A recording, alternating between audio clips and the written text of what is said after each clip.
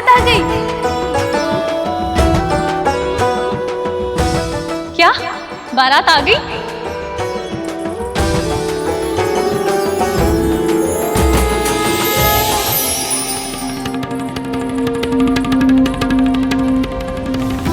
बारात आ गई। हे हरि, अंततः हमारा मिलन होने वाला है। ऐसा ना हो कि फिर कोई विघ्न हमारे मिलन को रोक दे। आपकी चिंता व्यर्थ है देवी। अब संसार का कोई भी विघ्न लक्ष्मी को नारायण से अलग नहीं कर सकता।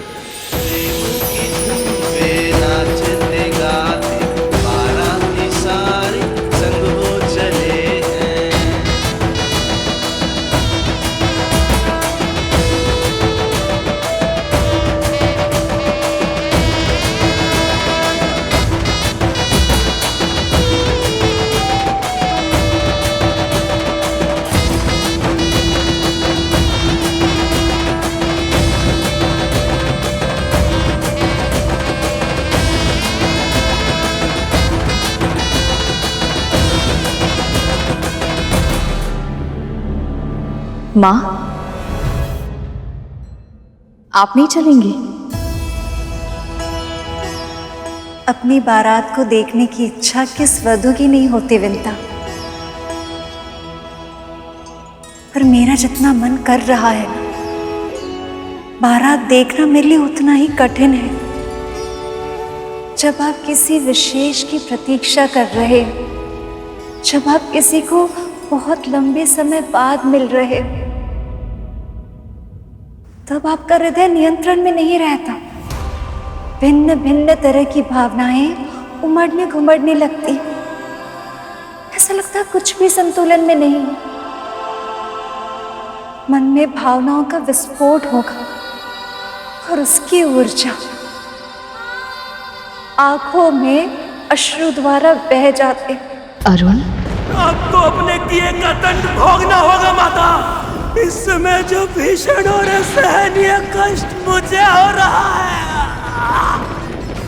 ऐसा ही कष्ट आपको भी प्रतिपल सहना होगा। विंता, क्या हुआ? कुछ नहीं माँ, आप चलिए ना।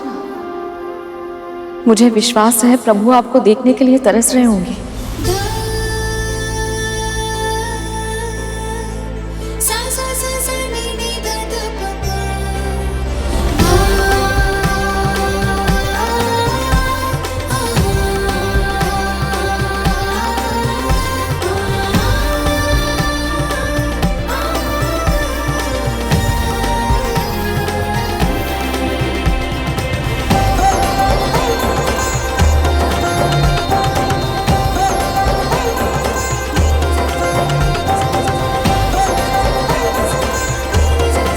जिस क्षण के लिए मेरा मन इतना आतुर था, वो क्षण आ ही रहा है।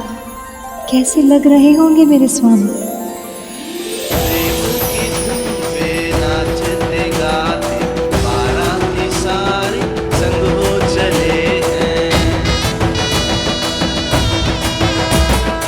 विष्णु की आंखें लक्ष्मी को खोज रही हैं।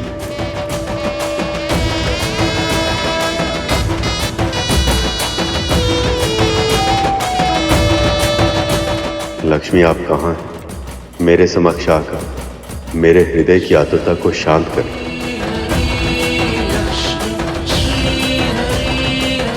मुझे भी आतुरता है स्वामी, आपको देखने की।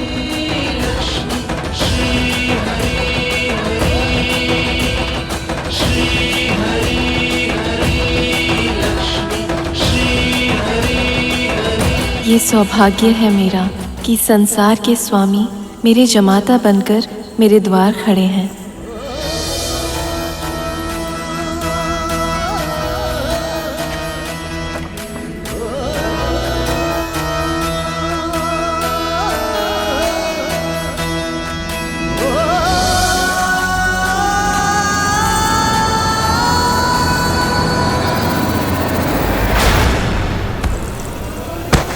माँ,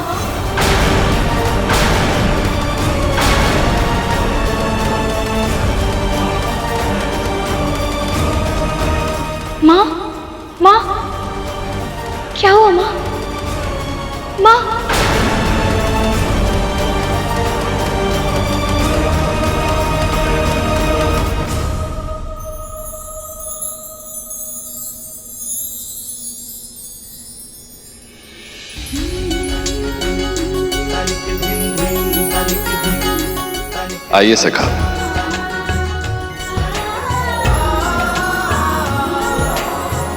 मुख्य द्वार की ओर चलेंगे, तभी तो मामी श्री के दर्शन हो पाएंगे। मामा श्री। माँ उठिए, माँ चल पीछे।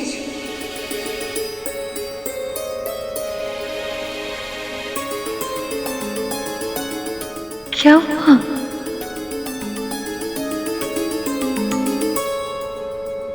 क्या?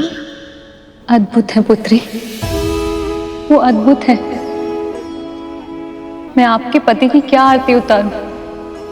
सारे संसार का तेज उनके चेहरे पर है। जो स्वयं कमल नयन है, उन्हें कौन से फूल अर्पित करूं? जिससे पवित्र कोई और सुगंध है ही नहीं, उन्हें कौन सी धूप दिखाऊं मैं?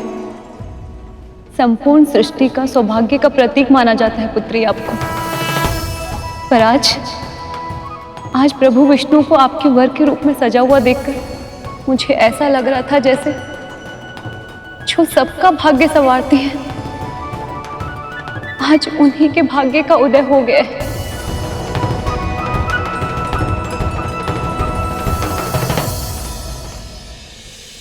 बस बस देवी, बस। अगर आपके जमाई इतने सुंदर है तो मेरी सखी भी किसी से कम थोड़ी ही है। ये दोनों तो बने ही एक दूसरे के लिए हैं। आप लोग यहाँ क्या कर रही हैं? द्वार पूजा नहीं करनी क्या? आइए सब लोग, आइए।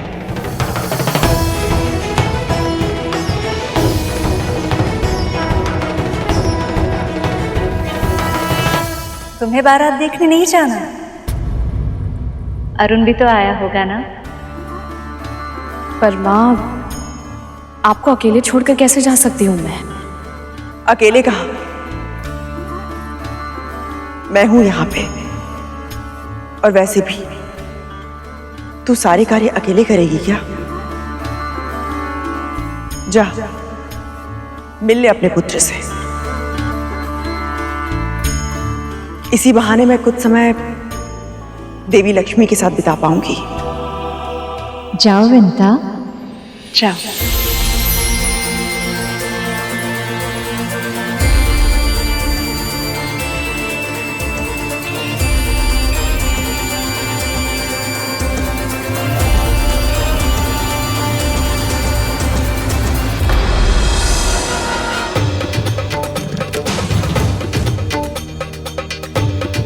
उत्साह की अधिकता में अपने कर्मों के फल भूल गए विंता।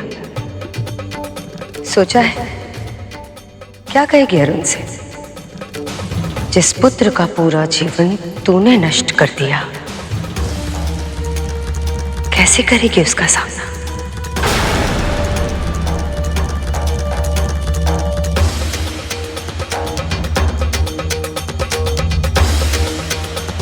आपको अपने किए का दंड भोगना होगा माता।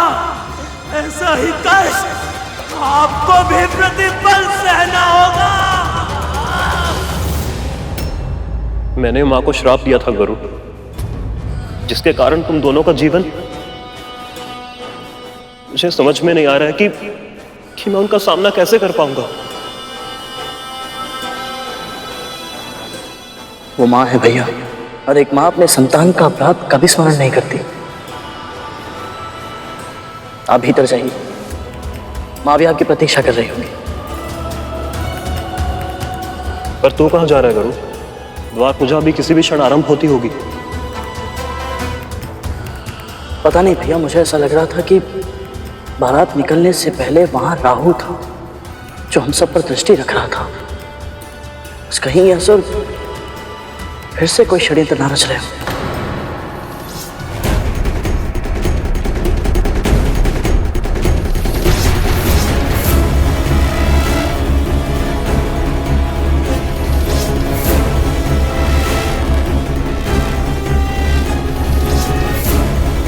विष्णु के विवाह में सभी देवता व्यस्त होंगे, यही उचित अवसर है मंथन करके अमृत प्राप्त करके अमर होने का।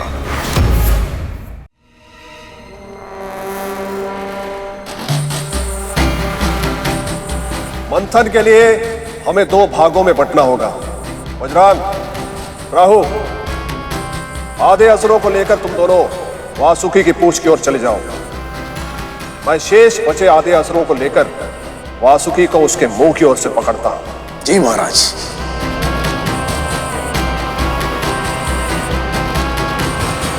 नारायण नारायण। प्रभु की इच्छा के बिना कुछ हो सकता है क्या गुरु? नहीं मणिवर, परंतु क्या? वो चाहेंगे तो भी कुछ नहीं कर पाएंगे ऐसे, क्योंकि क्षीर सागर में कच्छप अवतार में प्रभु विष्णु स्वयं विराजमान है। इसलिए वहां की चिंता करने की आवश्यकता नहीं है तुम्हें।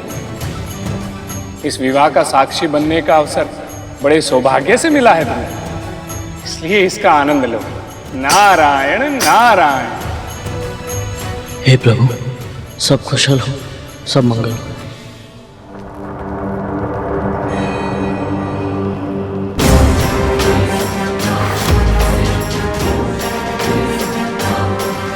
रुक जाइए महाराज बलि।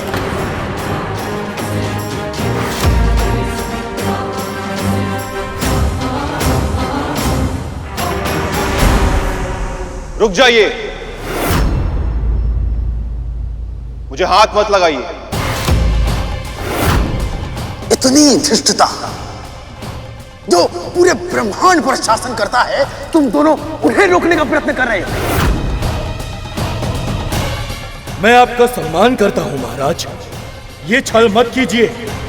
यदि आपने देवताओं की अनुपस्थिति में मंथन किया तो आप संधि तोड़ देंगे। चल,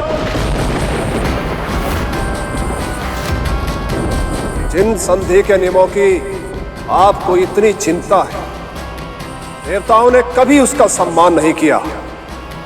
वो सदैव हमारे साथ छल करते आए हैं और कभी किसी ने उन्हें नहीं रोका। सारे नियम हम असुरों पर ही क्यों थोपे जाते हैं? केवल इतना जानता हूं असुरराज कि प्रभु विष्णु की सहायता के बिना मंथन करना संभव नहीं है।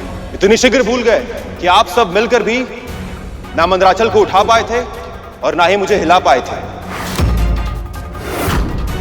तो फिर आप सबको ऐसा क्यों लगता है कि आप प्रभु विष्णु की इच्छा के बिना मंथन पूरा कर पाएंगे? क्योंकि वासुकी, पहले हमारे गुरुदेव का आशीर्वाद हमारे साथ नहीं था। अब उनके आशीर्वाद की शक्ति भी हमारे साथ है और उनके ज्ञान का बल भी। अब हमें सफल होने से कोई नहीं रोक सकता।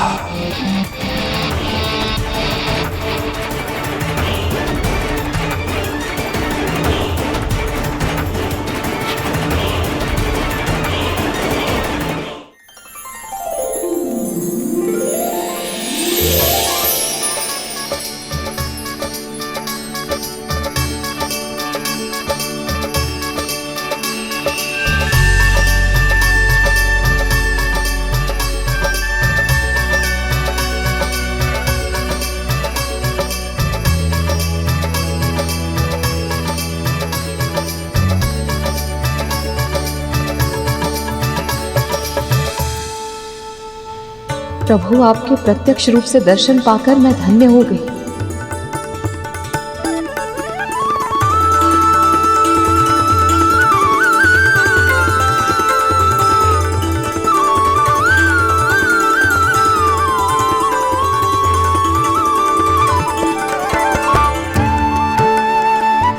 स्वागत स्वागत, आप सबका बहुत बहुत स्वागत है।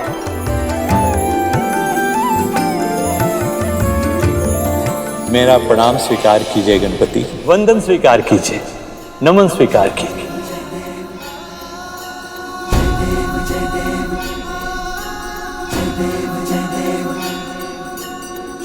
लाल चढ़ायो अच्छा गजमुख को, दो दिन लाल विराजे सुध गौरी हर को, लिए गुड़ लड्डू साई सुरभर को, महिमा कहे न जाए लागत हो मन को। जय देव जय देव जय देव जय देव जय जय श्री गणराज विद्या सुखदाता, धन्य तुम्हारो दर्शन मेरा मन रमता।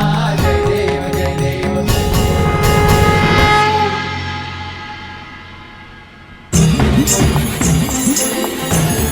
पधारिए प्रभु। जब तक बारात में था तब तक अपने मामा श्री के पक्ष में था। अब लक्ष्मी निवास में आकर तो अपनी मामी श्री के पक्ष में ही रहूंगा मैं।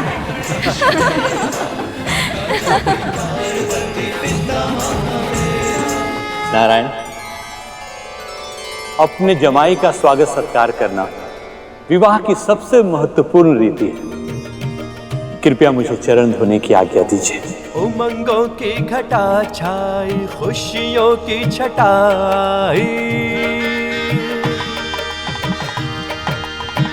हाँ हाँ उमंगों की घटा छाई, खुशियों की छटाई, शुभ घड़ी आई, शुभ घड़ी आई, मंगल बेलाई, शुभ घड़ी आई, मंगल बेलाई, शुभ घड़ी आई, मंगल बेलाई। अद्भुत है ये संस्कार कि अपनी पुत्री के वर के सम्मान में उनके पैर धोए जाते हैं।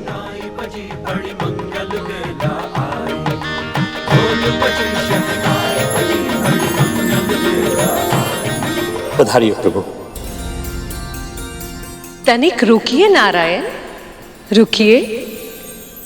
अपनी प्रेमिका से मिलने के लिए कुछ अधिक ही उतावले हो रहे हैं आप। पर आगे तभी बढ़ पाएंगे जब अपनी सासू माँ से नाक खिंचवाएंगे। प्रभु की नाक खींची जाएगी? परंतु क्यों? हाँ गुरु, यही रीति है, पालन तो करना ही होगा।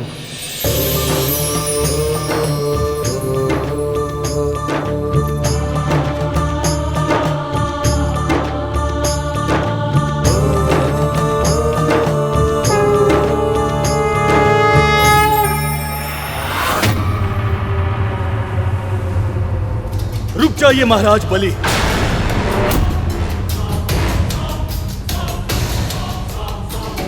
मन में हिंसा और छल जैसे दूषित तामसिक विचारों के साथ यदि आपने मुझे छुआ भी तो इसका परिणाम अच्छा नहीं होगा। मैं स्वयं भस्म हो जाऊंगा अगर आप सबको छल से मंथन नहीं करने दूंगा। प्रभु विष्णु के आशीर्वाद के बिना मैं भी इस मंथन का भाग नहीं बनूंगा महाराज बलि। यदि आप सब मुझे विवश करने का प्रयास करेंगे तो मैं जल्द समाधि ले लूंगा, पर आपके इस कुटिल योजना को सफल नहीं होने दूंगा। मूर्ख! तुम्हें आभास भी है कि तुम दोनों किसे धमकी दे रहे हो? जो पूरे ब्रह्मांड पर शासन करता है, दसों दिशाओं में जिसकी वीरता का स्वर गूंजता है, तुम उसे धमकी दे रहे हो। तुम दोनों अपने दुर्भाग्य को आमंत्रित कर रहे हो। ये मंथन तो होके रहेगा और यदि तुम दोनों को हमें रोकना है तो तुम दोनों हमसे युद्ध करो।